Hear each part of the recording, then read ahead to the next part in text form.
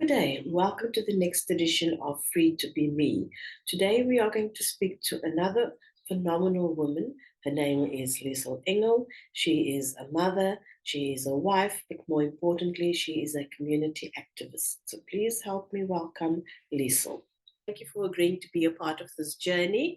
We're going to hand over to you, and you can just share with us your journey, your challenges, and what it is that you have done to become the woman that you are today. Oh, wow. Hi, Lynn. Thank you so much to you and LH Media for giving this platform, not to me, but I think to a voice and to women out there, because I think it is a collective Mhm. of sharing and just doing it together. So good afternoon to everybody out there. I'm thinking it's men as well, Lynn. It's just not women. Well, we're focusing on women only for now. Okay.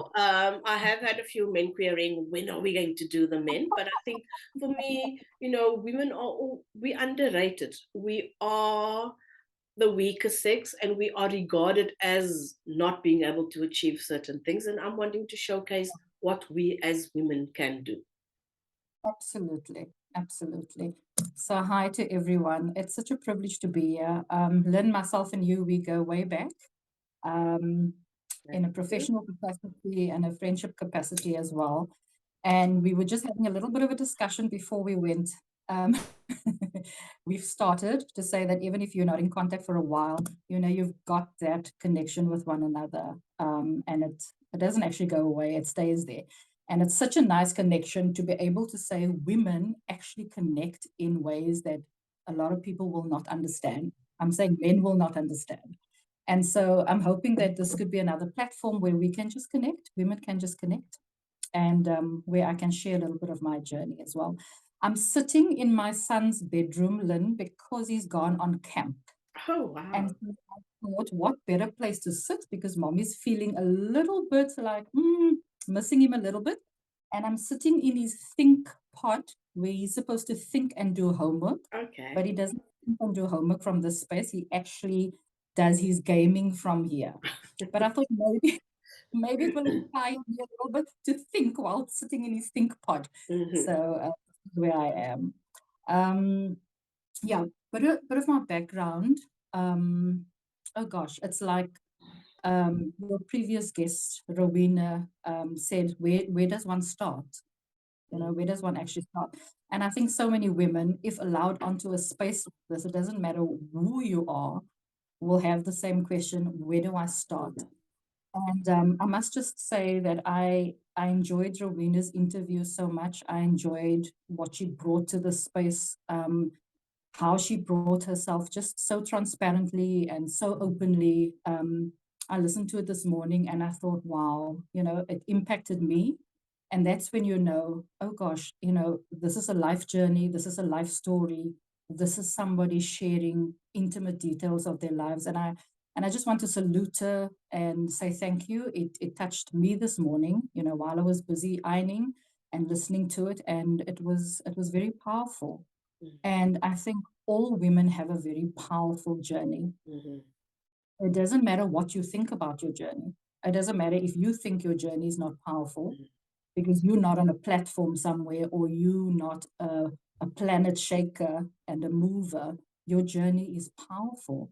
And it's time that women start zooming in on their journey and taking a step out of their journey sometimes and have a look at it and say, okay, let me have a look in a different way at my journey to see what is there that is powerful. Yeah. Because sometimes we just go along with the day to day and ons gaan gebukkend, soos die Afrikaanse woordeboek vir ons al sê, onder sekere day-to-day things in life. Hmm.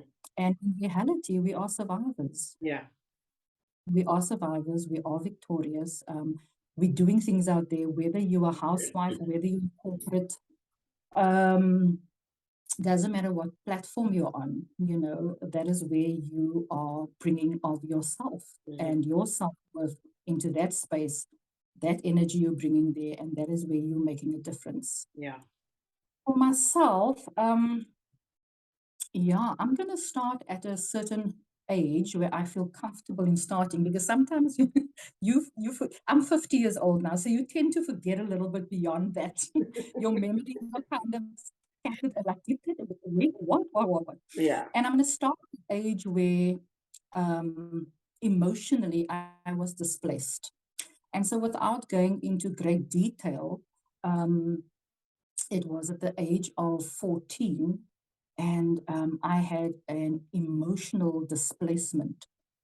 And the displacement caused my life to be displaced not only from the family home, but into a different area of living. Mm. Um, so you get displaced as a 14-year-old um, into transitioning to a different high school. You live with a different family. Um, but what I've come to realize is, and I just want to bring this in quickly before I forget, Mm. that displacement doesn't necessarily mean that it's not a good thing. Mhm. Mhm. So sometimes in that moment, displacement feels, oh my word, it's attached to trauma. It's attached to brokenness. It's attached to rejection. It's Mm. attached to so many seemingly negative things, especially as a child, because Yeah. children don't know how to navigate all of their emotions. Mm. You only tend to navigate emotions from your childhood traumas when you become an adult. Yeah. And that is why sometimes you seek out spaces like a life coach, which is what Mhm. I do, um, and you go and deal with issues of the past, challenges of the past, trauma of the past, unforgiveness of the past, rejection of the past, and you tend to think, why do I do that as an adult? Mhm. But children don't have all the tools, and they're not supposed to have all the tools. Mm. They're supposed to have a happy childhood Yeah. um, where they're not displaced. And so many women, when you speak to women, can identify on some level of displacement. Oh my word, I've been through something like that, maybe not at the age of 14, but maybe 17, maybe 20, maybe 30, maybe my 40s, where you go through a divorce or you struggle in relationships or whatever the case may be. And so at the age of 14, I had a displacement. And as I said, displacement, I'm getting this thing all the time now in my coaching sessions with people. It's not necessarily a bad thing. At the moment, it is, but as that displacement evolves, you see the plan and purpose behind everything sometimes. And it's something that Rowena said. I don't know if you remember, Lynn. She said, God had a purpose. Mm. And that's why she didn't want to abort the twins. Yeah. And I thought to myself, oh my word, what a what a conviction. Yeah. What a conviction to save the life of my twins. Mhm. What a conviction to, in that moment, thinking that I might die, um, and they want to abort my twins. And she says no. What a brave decision. Yeah. And so, in that moment of displacement, she decided, no, you know, I'm going ahead Yeah. because God has a plan. And for so many of us, whether you come from a conviction of God or not, the reality is, and it's a beautiful reality, is that He has created us. Mm. And so whatever He creates, He looks after, Yeah. whether it's nature or us as humans as His creation. Oh my word, He looks after His creation. And so no matter where our lives find themselves or where it might go or spiral into, or He's always there. And if we start looking at what can come out of that, but only not what can come out of it, but what can I allow to birth out of it, Mhm. the good to come Yeah. out of it. I think we can really, as women, start thinking of ourselves differently. It's not woe is me. It's not I'm the victim, because any victim has to rise up. Yeah. You weren't a victim because you asked for it, Mhm. you know. And I think we all know the role of a victim. It's something that's perpetrated against you. And so if we can just look at ourselves differently as women and have that light bulb moment where we say, oh my word, you know, my displacement, something can come out of it, Mhm. something good can come. And so at the age of 14, when I was displaced, a new reality opened up to me. I grew up in Mitchell's Plain. I had a wonderful childhood. Mitchell's Plain it was new then. And so Mm. we moved into Portland. Oh my word, there was such a sense of community and Ubuntu amongst neighbors. Um, it was absolutely wonderful growing up there. Everyone seemed to be everyone's mother, looking after the kids.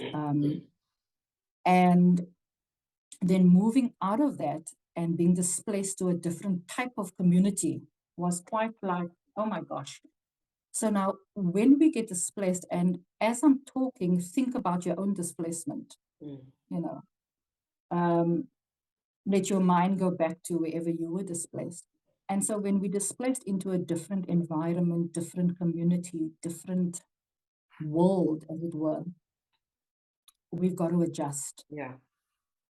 And so, you've got to adjust with all these emotions that you carry with you being displaced. But what happened for me was I was displaced, but it opened up a whole new world for me. Different school, different environment. And I thought to myself, I've got choices here. You're 14 years old and you think I've got choices here. You know, am I going to adapt? Am I going to kick against it? Am I going to long for what was, or what am I going to do?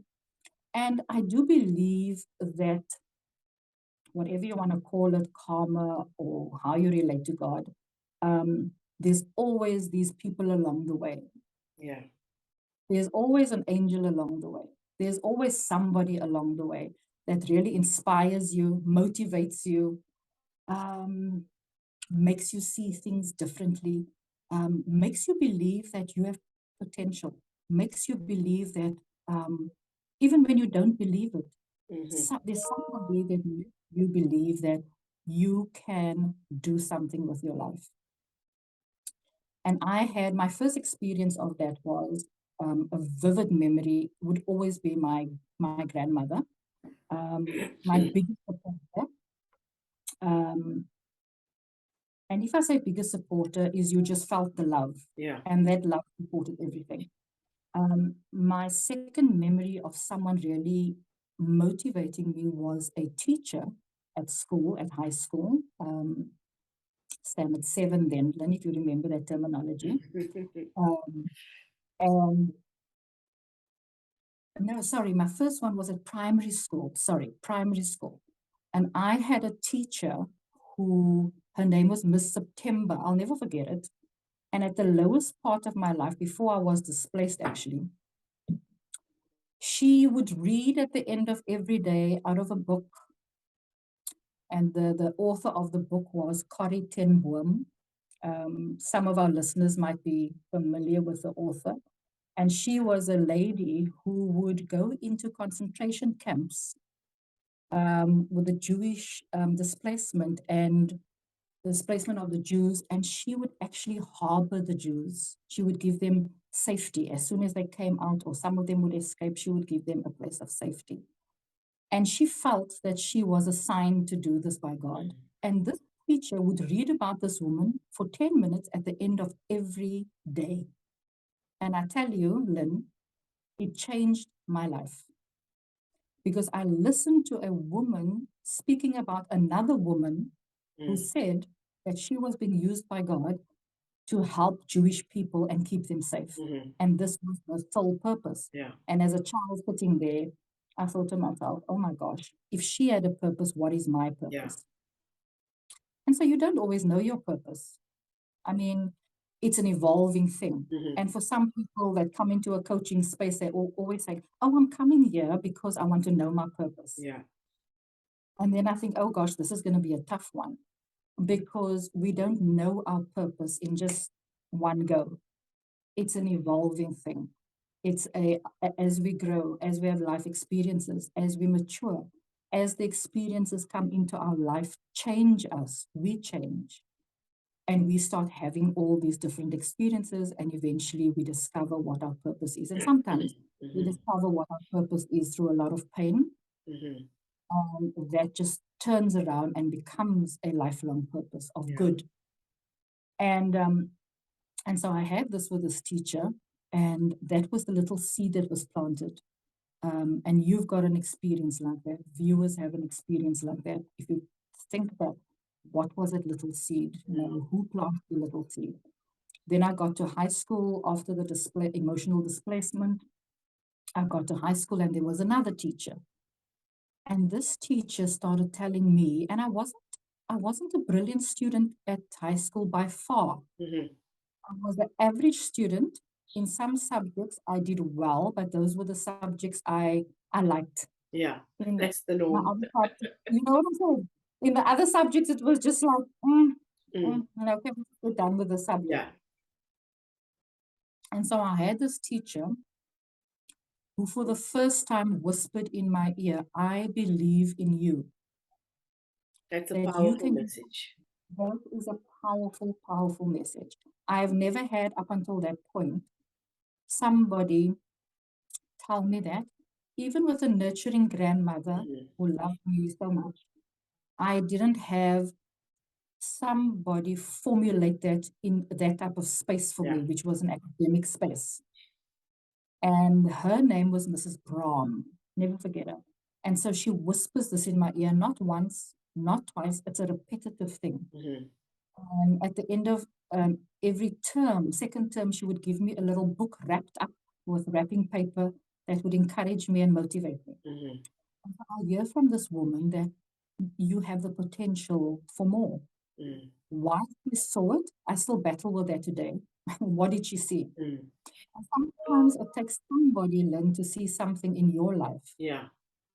in somebody else's life, and be able to see something that they don't see. And Mm. that's the motivation part. That is where we motivate one another, where we encourage one another. Because sometimes we walk in such what can one call it? Where the self-worth doesn't believe, Yeah. that it is me, that we say we don't believe it until somebody comes along and says, hey, but what? Guess what? You've got a talent for that. You've got a Mm-hmm. gift for that.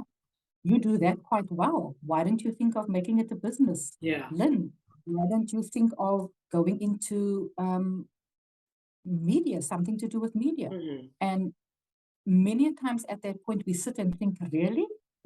Me? You know? And and so we need those people to come along and just point out these things. Mm-hmm. And so what happened next was, I can be long-winded, but I'm trying to stick to my point, Lynn. You Mm-hmm. can encourage me along. Um, I was then expected by the family to go and work after you matriculate. And I think it was a colored demographic Yeah. for so many people back then. There was no money for education, further education. There was no money. And you know what? Go and study because you need to help the family. Yeah. And not that you didn't want to help the family, but you were also caught between this thing, you know what? I also do want to go and study. I also do want to explore another avenue Mm-hmm. besides working. I do want to help the family, but I also want to go and study. Yeah. And, and so what happened was an amazing thing actually happened. I became um, rebellious in a strange sense that I applied to university with my teacher, unbeknown to anybody. Mm-hmm. Not my grandmother, not my parents, nobody knew. It was just me applying to varsity. Mm-hmm. And I thought, oh my word, what am I doing? How can you apply to university without the permission of your parents? Mm-hmm. I did it. I was accepted. And after I was accepted at the University of the Western Cape, my alma mater, I thought to myself, oh gosh, that's great. I'm accepted, but who's going to pay Who's for my going to pay? studies? Yeah. Now I comes the big don't, question. I don't come from a family who's got money or this type of support. And once again, the teacher said to me, well, let's apply for a bursary. Mm-hmm. Apply for the bursary, and guess what? Get the bursary, and yeah. Um, and even after getting the bursary, being successful in the application, your parents still tell you no. Mm. Or maybe not an outright no. Or my grandmother, who was a teacher, I would think that she would have said, oh, wow, that's wonderful. No, Yeah. go for it. But my circumstances at the time dictated a different narrative. The narrative was, you're not living in your family home. You've got to get out and work as soon as possible. Yeah. And that was what they were saying, go and work. The family home that I was living in was absolutely amazing. And they said, no, don't go and work. And this is now not my immediate family. Mm-hmm. This is extended family. And they say, we'll support you as far as we can. Go and study. Yeah. And this came from a very young couple who just got married. And so off I went to varsity. Mm. And so my point again is you'll have people along the way that will encourage you, Yeah. motivate you, um, help you to believe in yourself where you don't believe in yourself. Yeah. And so it's a growing journey. And the reason why I'm going back into that part of my background, because that's where it all started. Something within me also knew that I wanted more. And Yeah. so when you know as a listener that you want more, um, the path to getting that is not always clear. Mm.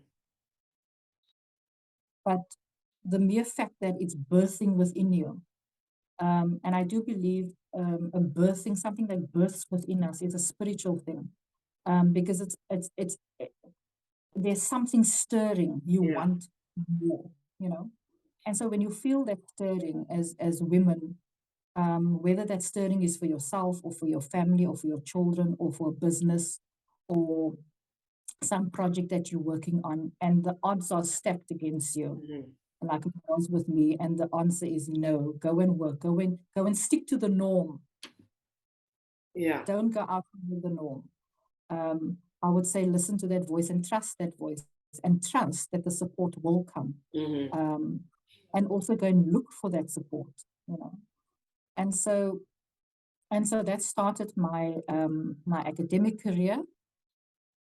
And you stay at varsity for a couple of years, and I think I think I failed a module as well in my third year. So I had to repeat that, and I had to go and work for a full year in order to not be idle, and Mm-hmm. then complete my last module.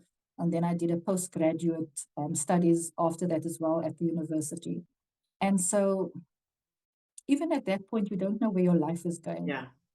You're studying, it's all good and well. So what now? Where to now? And at that time, the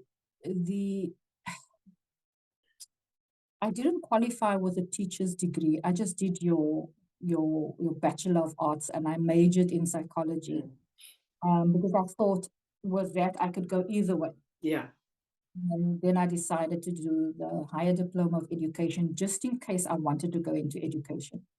And at that time, there were no posts for teachers. You actually couldn't find work. If I'm sure there will be some ladies in my age group that will remember, I'm 50 now, that will remember that time in the country, there was just no work for teachers. Yeah. It was so bizarre. And you were forced to seek different types of employment. And even with that, I felt then you've got to generate something for yourself Yeah. now. Yeah. If what you were or what you plan to go into is not available, you've got to do something. Mm. And as you know, Lynn, I found myself in the profession of childcare, working with children and families for many, many, many years. It was the most amazing, amazing learning curve, Mm. um, in many ways, in many different ways. Um, and so I was there for about 16, 17 years, I think. Um, I got married in the time. Um, I then had my first son, women, after struggling to have a child for many, many, many years, um, until you get to a point where you say, Yeah. it's done now. I'm not going Need to to be. Mm. struggle anymore. Just leave it be. And I think we had 4 miscarriages. My son always says to me, Mom, will I meet my siblings one day? I said, I don't know. Mm. We'll just have to see. Yeah. Um, but they're there, and they're in heaven and they're there. And so maybe one day you will, and Mm. maybe I will. And so, your journey just continues. Life's journey just continues. Mm-hmm. And I remember before I had Joshua, I had a serious, serious ectopic pregnancy where it was really touch and go. Doctors never knew how I survived through the night. Um, and had a major operation where they had to literally remove your entire intestines, which is the length and the breadth and the length again of a rugby field. Yeah. And they had to remove it, spray it off, get all the blood off, and literally just dump it back into your body again. And it's got to position itself. Tough. Yeah. And your body struggles for months after that. Your colon struggles, Hmm. your intestines struggle. Um, and then Joshua comes along 2 years after that, unaided, after many Hmm. miscarriages, perfect pregnancy. I lost my one tube. He was born with just one tube. And yeah, and you look back and you say, wow, yet another life lesson to be learned. And there's so many women that can identify with even fertility issues, Yeah. you know. Um, when you struggle to have a child, but that's not something I want to focus on. Um, and then, Lynn, after that, I think myself and Ansel made a commitment that as soon as Joshua starts school, I will come home. Hmm. And once again, a crazy decision because 12, well, not 12 years ago, 6 years ago, who does that in Yeah. an economic climate like what we have? And so you make a decision, and you also know that now you've got to have a lifestyle change. Yeah. Because if you're going to stop working, I decide to um, no longer be employed. I was then unemployed. And as I said, you start making choices and decisions to um, lifestyle decisions to assist your decision of being unemployed because I Yeah. wanted to support Joshua in starting school. It was always a desire of ours to settle him into grade one Mm. and be there for him. And I haven't been back into a formal working environment or career space since then. But once again, I wouldn't call that a displacement. I would call that a decision. Hmm. But the plan was always to go back into the workspace, into a career space, once he was settled in grade 3. Die kind is nou grade 6. En My ek is word. nie. And in that period of being home, looking after him, uh, preschool, daycare, you name it, ladies, you know it all. How we run around, how when we have children, that is the focus of our attention. Shame die arme mans, kry nie eers so baie attention soos die kinders sê, Lynn. Mhm. Um, and that's understandable because children are dependent on Yeah. us. They're They not need that. independent of the needs that we have to meet and rearing them and, the different Mm. phases and childhood development phases. We, the parents, we've got to be there. And then I thought to myself, and I felt this thing, I don't want to go back into a specific career path Mhm. like that. I'm never going to go back into to teaching in that way. I'm never going to go back into a childcare environment in that way. And then you start thinking what I referenced when we started this conversation, what is my purpose? Mm. And so you start thinking this question again at the age of, let's say, 42. Now, one would think maybe you have come to some some idea of what your purpose Yeah. is prior to that. And so, ladies, we can still be asking the question on our journey, what is our purpose? Hmm. And I don't know, maybe we can pause there a little bit. I don't know if when one finds the purpose, if one can fully say, this is the purpose, and it's nothing beyond this. Mm. Because if we do say that, I don't know how we're going to continue growing Yeah. or evolving. And so even when one finds that purpose, one's got to evolve within that Yeah. purpose. So if the narrative is not going to change for you to, you are a teacher, you're going to retire as a teacher, but don't stop becoming the best teacher you can become within that narrative. And that is purpose. Yeah. And so it's a continuous evolving of things, maturing, a growing, a growth. And what happened to me then was I was counseling for many, many years as a lay counselor through our local church, within the local community. And I absolutely loved it. It was a passion. I was passionate about it. And I would do that for free because I don't believe you can charge when it's part of ministry. Mm-hmm. Excuse me. And if I say I did that for many years while I was employed, it was really, I can't even count how many years. And it was such an eye opener as to this is actually what I love doing. But I also found myself being exposed to life coaching. Mm. And when I was exposed to life coaching, firstly through a friend of mine who's a business coach, but through other platforms of life coaching as well, I realized that, oh my gosh, this is something very, very interesting. And so there is a difference between the life coaching and counseling. Um, Sometimes in counseling, one can go around cycles for such a long time. Um, and in the life coaching, it's all about you. Mm-hmm. What are you going to do to the space? You are accountable in this space. Um, let's work with what you can bring to the table. You are empowered um, to change the narrative of your life, your decisions, your choices. And it's quite a powerful, powerful narrative, life coaching. And I thought to myself, you know what? Let's look into this. And that's what I did. And I've been doing the life coaching formally for the past 5 to 6 years.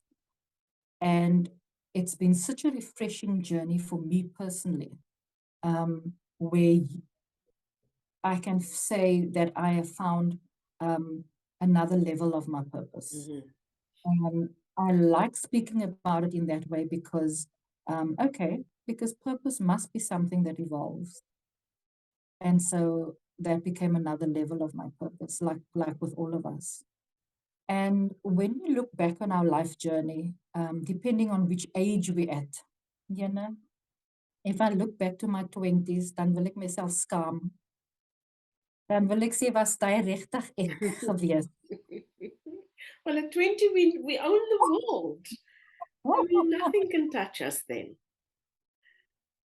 And I think it's all about the experience and the experiences. Forget about the consequences. Mm-hmm. We live in our lives, and and but sometimes we live it with such ignorance, Yeah. and sometimes they say ignorance is bliss. Mm-hmm. Um, and but what I'm trying to say is every age comes with a different set of life experiences, Mm-hmm. a different set of thought processing, Processes, yeah. a different set of what is my purpose, a different set of um, choices. Mm. There'll be many a times when we will always be at a crossroads of Yeah. decision making and choices. And a crossroad is about choices. Do I go left? Do I go right? Do I go across? What do I do? And I would always say to people in a life coaching environment, when you're at the crossroads, bring your experience with you to the crossroads. But it looks like this. Yeah. Don't come empty handed to the crossroads. Don't come Oh, I'm just there at the crossroads now. What now? Because the Mm. crossroads means you've got to make a decision and a choice. And your whole lifetime up until that point, whether you're 20, 30, 40, 50, 60, 70, comes with a certain amount of experience. And come to that crossroads by saying, okay, I've now got to draw on my experience to make this choice. Yeah. If I can't draw a lot on that experience, I've got to go ask someone like a Lynn. I've got to go ask a best friend. I've got to go ask somebody who's in some type of who's some type of support to me, Yeah. whose judgment I trust. Don't go to anybody just to um, give advice, Mm. because a crossroads is it's a monumental thing when we get to a crossroads. And like I say, we'll get there at different stages of our lives until we have our last breath. And so when we reach those crossroads, it can be the start of great things, I believe. Mm. No matter how daunting it seems, for us as women, make a decision with the experience that you have. Yeah. In other words, if this didn't work in the past, don't make the same choice or decision. Yeah. If this wasn't good for you, don't do it. Yeah. Put your best interest at heart. What is best for me? Mm-hmm. What is best for my mental health? Mm-hmm. With the decision, will I be able to move forward? What type of life will I have by making this decision? And I always say to people in the spaces of coaching that self-care is incumbent Yeah. upon you. It's actually not incumbent upon anybody else. Mm. The choices and decisions we make. And you know what? In the past, when we failed in making those decisions in our best interest, and when I say our best interest, I don't mean it from a selfish perspective. Mm-hmm. I mean it from a perspective, it's in my best interest so that I can be the best to everybody else. Yeah. To my children, to my friends, to my neighbors, to my colleagues, to the best version of me. And that is the best way to make a decision, Yeah. when you're at a crossroads. And so crossroads are interesting places when we get there. I'm at one personally now as well. And it's a huge one. And I'm getting excited because it's not one that I've faced in a very long time. And I'm thinking like, oh gosh, can I do this? Oh gosh, am I ready for this? Oh gosh. And so all the other things start creeping in. The self-doubt creeps Yeah. in when you're at the crossroads. Oh my gosh, Lynn. Ladies, when you're at a point to birth something, self-doubt will creep in. Mm. You'll doubt yourself, you'll doubt your skills, you'll doubt what you can bring to the table. You will doubt everything about everything. Yeah. I think we all And know yet, that. yeah, exactly. I mean, we wake up in the morning and we doubt something. Yeah. And the older you get, you doubt more things. Um, and so, but the reality is, you do come with a set of skills. Yeah. Mhm. But choose at that crossroads, choose correctly, make the right choice in terms of, I don't come here empty handed. This is my experience. And believe that it is, and Yeah. believe that you're skilled in that, and make those choices based on that. And so within the life coaching space, I encounter women from different backgrounds. And it's absolutely amazing to meet these different women, different age groups, different religious backgrounds, different cultural backgrounds, different women on different career paths. And it's just absolutely amazing to see what happens in that space Mm. because it's all about you. It's all about your goals. It's very goals focused. Um, what is the goal that you reaching for at the moment? And we explore that and we look at that. And then some counseling will come into that if there are some prohibitors to those goals.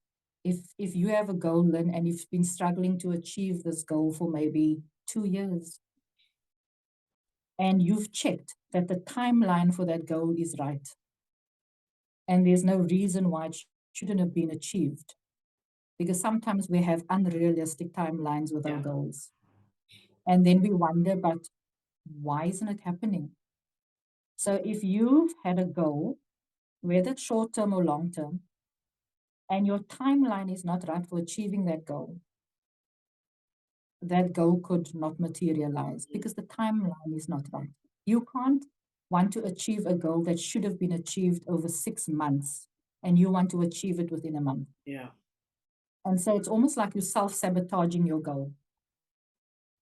And so I say to people, well, let's look at your goal, let's explore it, and let's be realistic as to what is achievable within that time frame. Mm-hmm.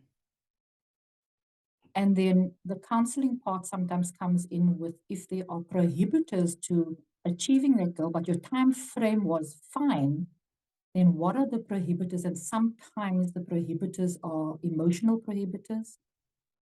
And we have to go and look and take a look back. But now, what is preventing you from achieving this Yeah. goal? Is it a self-worth thing? Is it a thing where you don't believe that you can do it? And then we start working on those things. And then we put the goal on ice as it were, and we start working on the prohibitors. Yeah. What is preventing you from achieving the goal? And so it's a beautiful journey. Mm-hmm. I have people who don't work, who don't have a career, but they have a career in the home. Mm. And I have a bit of that because my work is flexible. And so I'm in my home, I'm attending to my son, I'm attending to the house, I'm attending to everything in my home. And I have the coaching business as well. And so my time is flexible. Yeah. And so you have women that just come for a type of respite care, Mm-hmm. um, soundboard care, and we process and we do whatever they need in that space. Yeah. And so um, it doesn't matter um, where you find yourself in life. If I think everybody needs a space. It's like what was that that program on TV many years ago? It's where people all gathered at this bar. Cheers, I think. Oh, yeah. Yeah, it's strong. Everybody just needs a place to go and Yeah. whatever. And I think sometimes counseling can be intimidating. I'm a fan of counseling. I've been part of the narrative for many, many years. I'm not discounting counseling at all, but it's just different to coaching Yeah. in that the pace is quicker and it doesn't focus on the counseling aspect so much. It focuses on, okay, let's look at what's happening in the now. Mm-hmm. What's currently happening now? What are you bringing to this space? How can we work on this together? And basically, you work on it. Yeah. You come with the experience, you come with the information, Mm. you come with everything about who you are into that space. And we soon realize in that space that the partner, the coaching partner, which is someone, it could be anybody coming to me, we don't call it a client, it's a coaching Mm. partner because they are partner, it's their life. They come and be partner Yeah. together. And you'll find that they actually have the answers Yeah. already. I think the only part that we help with as life coaches is how do you execute now? You know, how do you execute what you know? Yeah. What to do? How do you Move execute it forward. and move forward? Yeah. And so it's really it's a lovely space for women. I must add, and I think that's why I asked at the beginning, is the space only for women? I've had men starting to come as well into that space. Mm. And so what I do is I would bring my husband in, although he's got an architectural background. He's actually very wise. Mm-hmm. And one realizes sometimes it takes a man to speak to a man. Yeah. Uh, Tell me how that works. I don't know, but they're just more receptive. And I think to be able to identify with one another. Mm-hmm. And yeah, so we, at the moment, we do sessions for couples, um, but mainly individual sessions. And yeah, so if, I don't really want to use the space to promote it, but if anybody wants to get in contact with you, you have all my details. Um, yeah, and I think it's just a space that, people say that, I think Rowena said it so nicely when you interviewed her, that her healing started when she started speaking about things. Yeah. Yeah. And sometimes with in a slightly different narrative, sometimes when we reach maybe it's a writer's block. I mean, you can tell us about that, Lynn, after you wrote your first book. Sometimes one can have a writer's block within writing your first book, or it's the next book, and you're Yeah. waiting to write the next book, and you just have this block, and you think like, what is this? What is this? But sometimes you just need somebody to Mm-hmm. talk things through, process with you, and it could just be something that you're missing. Yeah. And I think there's where a coach can just help. What is happening there? What is happening there? And we just help to connect the dots. It sounds quite simple, but Mm-hmm. within the space, it can become quite intricate. But it's a beautiful space, yeah, for women. So yeah, so that's where everything evolved to. That's where my purpose evolved to. That's where my purpose is currently. Mm-hmm. I don't know if it will remain there, Yeah. um, but it is what I'm passionate about. And I think my commitment is to create better coaching spaces for people, where people are valued, where people, they walk in there. Sometimes women walk in there you can see it on the body language. Some people start crying immediately when they come. I don't know why, but for some people to take the first step Yeah. to come for help is huge. And I think what I try to maintain is the integrity of the person when you Mm-hmm. walk into the office space, with me. Um, that what you bring into the space is valued. Yeah. You're not less than because you're struggling with something or challenged by something. Um, you are more you are more than enough Yeah. to be able to face whatever you need to face, whatever you need to do, whatever you need to conquer, as it were, or whatever you need to start, whether it's a business, whatever it is. And, sometimes we are so timid as women. Mm-hmm. And sometimes when we don't know just how to be, we become so boisterous as women. Yeah. We could go either way. Yeah, either way. And we take on this role, we need to fight out there, like you said at the beginning. Um, when we come into spaces where, because you're a woman, it's just said that, no, that's not for you, or you Yeah. can't do that. And people might not say it anymore because it's not politically correct to say it, but you sense it, you feel it. It's Yeah. put out in the atmosphere towards you. Definitely. And that undermines you already, in that space. Yeah. And so I think that we need to level up on some male hormones. We just need to bring what we bring Yeah.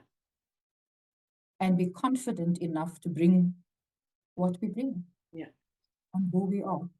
Definitely. And if I could maybe end of learning to say that I love the space that you're creating, and I really pray and I hope that the space will bring a lot of positivity.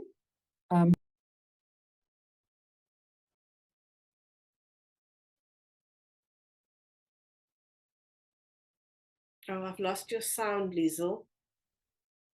You're on mute. That it will be a support to people out there. Mm-hmm. Yeah, Yeah. yeah. Well, thank you very much for availing yourself. Oh, As you were sitting and talking, I was thinking it is so true. We all walk through life with that question, what is my purpose? yeah, And you've just highlighted so beautifully that we don't just have one purpose. no, You're you are where you need to be at any given yeah, time in life. We just need to believe and understand that. yeah. And it's going to evolve, and we're going to mature more than what we were in our 20s. Because if we're still acting in our 20s and we're 50 now, then it's, There's then it's something a wrong. biggie Yeah, balance. yeah. We're going to stumble. Yeah. And so I think waiting is also very important. Waiting for the right time for Mm. something to be the right move, the whatever it is, and not to rush things. And And I think to yeah, have there's a that person to lot. bounce your thoughts off. Yeah, It's good to have somebody who's going to be honest and objective. I agree completely. And I think what is nice about a coaching space, it's nothing personal. It's not Hmm. a personal friend. Mm. It's not a colleague. You pay for that session. And I'm very adamant about this. I want you to get your hard-earned monetary value for that space. Yeah, Let's move in that space. Let's try and cover as many things as we can in that space, it's not a because the social. it's not a social, and the aim is not to keep you in that space coming Hmm. back for more and more and more and more Yeah. sessions. Although I have sessions that's packaged. You can start off with a 4 week session, 6 weeks, or 8 weeks, Hmm. depending on what you're dealing with, depending on what the focus is. Hmm. Some people just have a once-off session, but yeah, you're right. Um, it's good to surround ourselves with support, um, but not the type of support that just oils your back all the time. Yeah, but doesn't help you move forward. Exactly, exactly. Because sometimes we want that, Hmm. and you're only my friend if you can do that for me. Yeah. I have women in my life that challenge me. I have women in my life that speak truth, Hmm. uh, but that's in my best interest. Yeah. And you can do that without being nasty. It's just choosing Yeah, the right words. Some people do take offense if you are open and honest with them, but it's how you bring that message across in you're terms so right. of it's about growing yourself Mhm. and your business. It's not about being Yeah, nasty or belittling you for that matter. yeah, yeah, absolutely. So I'm sitting here and I'm thinking, what do I add in conclusion? Did I forget anything, Lynn? Is there something you want to ask me? No, I think there's a lot to be taken back into personal life for anybody who's going to listen to this. Yeah. For me specifically, what I'm taking from it is the fact that Mhm. yeah, your purpose, it shifts, it changes with time, it changes with aging, it changes when your focus changes. It's just a matter of believing Yeah, in yourself and actually seeing your worth when you do something, because it's yeah, something I struggle myself with. I yeah, question, am I doing the right thing? absolutely. Am I making a difference?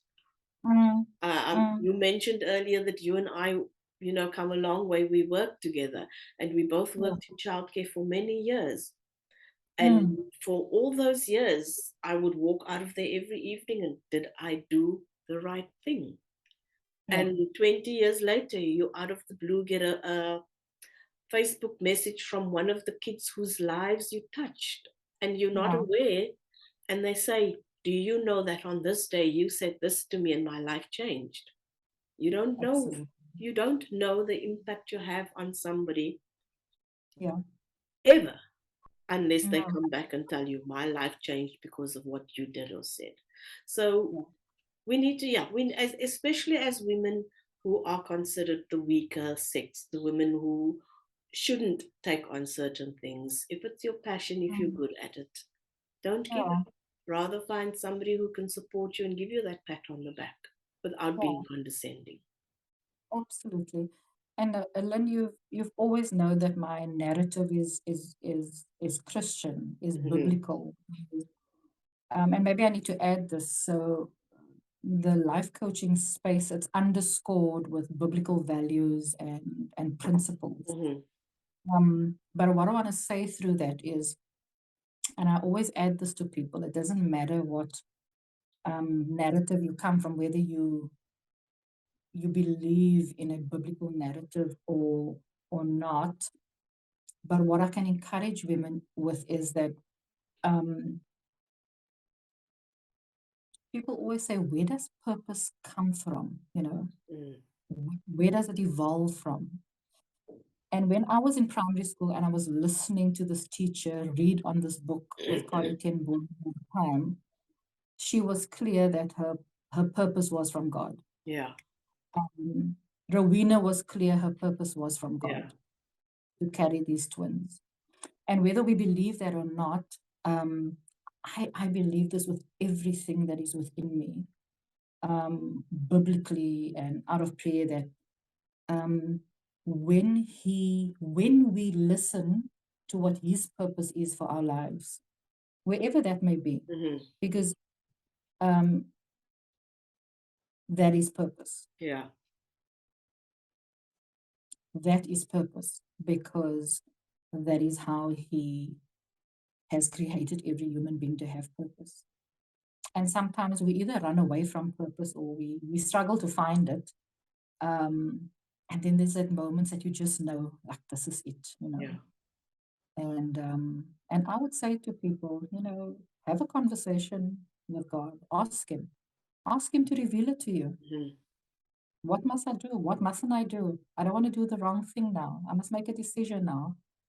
Have a conversation with Him, Hmm. because we have a friend of mine was teaching on this the other day at a prayer conference, and she was saying sometimes we only have the monologues with God.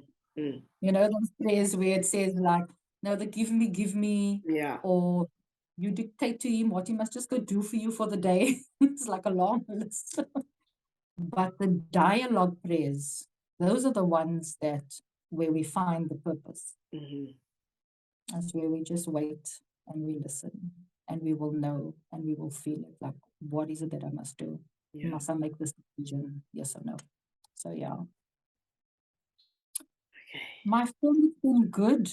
It's really been good doing this with you. Thank you so much. Thank you. I really appreciate it. Thank you to the women out there for listening. I don't hope you got tired listening to my voice. A lot of my clients in the coaching space would say, "Liesel, your voice is very soothing and calming, and I feel so relaxed." So I said, "It's fine as long as you don't fall asleep." There we go. There we go. Okay. Liesel, thank you very much. Yeah. Good luck with your business and your coaching, and we'll hopefully, your little message will resonate with somebody. I trust that it will. And just a prayer of blessing to everybody that's been listening. May God just bless them and bless them to know their purpose and to just, grow closer to God in a relationship with Him. Bless you, Lynn, for having this Ah, space. It's pleasure. wonderful. It's Thank you. wonderful. All right, my friend. Thank you very much. Okay. Chat Thanks. soon. Yeah. All right. Bye. Bye.